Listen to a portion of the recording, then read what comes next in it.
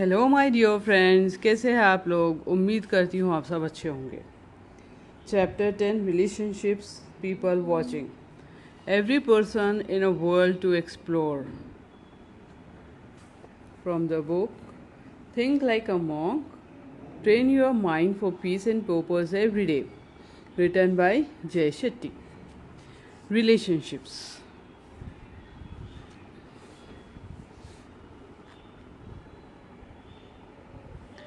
Monks are often to be hermits, living in isolation, detached from humanity, and yet my experience as a monk has forever changed how I deal with other people. When I returned to London after deciding to leave the ashram, I found that I was much better at all kinds of relationships than I had been before I took my vows. This improvement was even true for romance, which was a bit surprising given that monks are celibate and I had no romantic connections with women during my time in the ashram.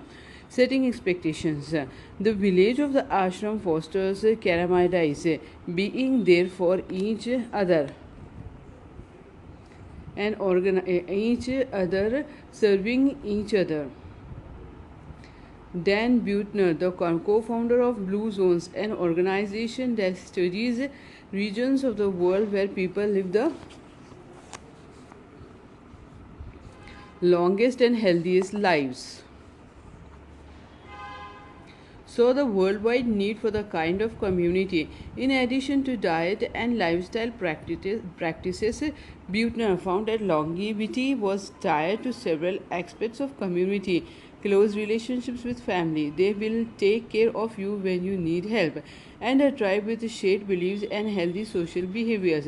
Essentially, it takes a village. Like these blue zones, the ashram is an independent community, one that fosters a mood of collaboration and service to one another.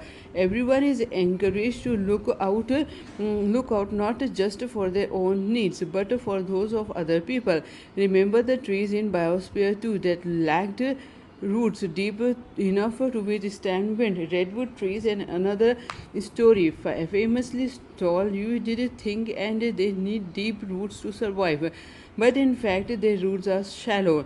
What gives the trees resilience is that these roots spread widely. Redwoods best thrives in grooves, interweaving their roots to the strong and weak together withstand the forces of nature.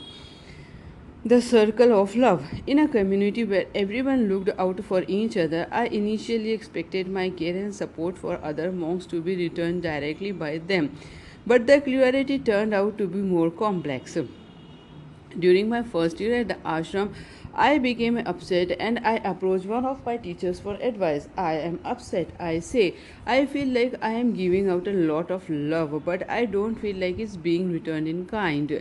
I am loving, caring, and looking out for others, but they don't do the same for me. I don't get it. The monk says, "Why are you giving out love?" I say, "Because it's who I am." The monk says, "So when they expect it back, why so then why expect it back? But also listen carefully. Whenever you give out energy, love, hate, anger, kindness, you will always get it back, one way or another. Love is like a circle. Whatever love you give out, it always comes back to you.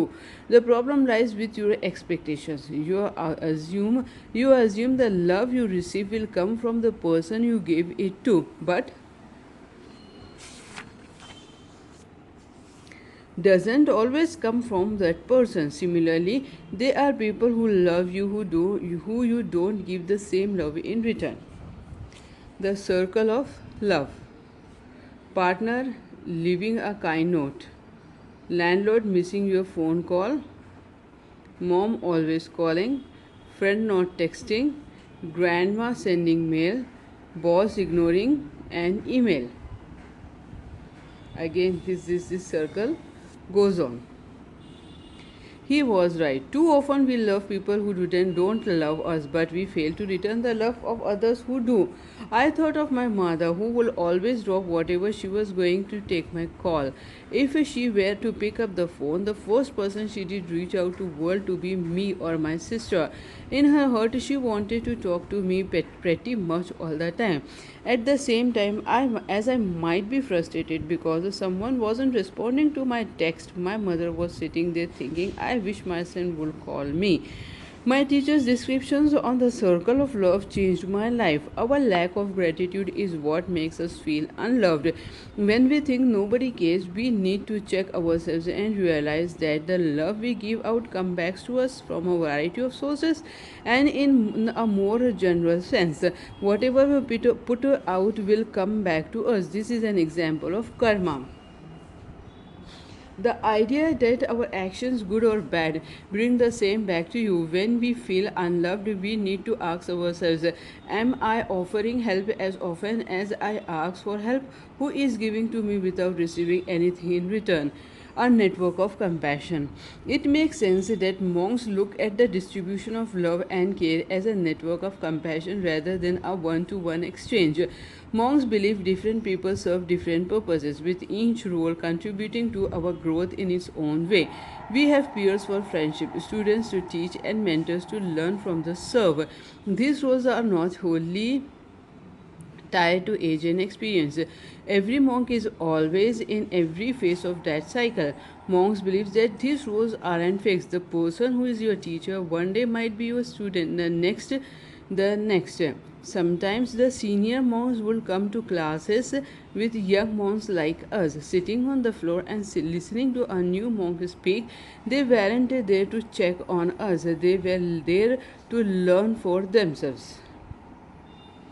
ये हम दोस्तों कल next video में continue करेंगे the 4 types of trust. और ये जो try this है मैं शॉर्ट में डालूँगी, आप वहाँ से ज़रूर ट्राई करिएगा। Bye for now.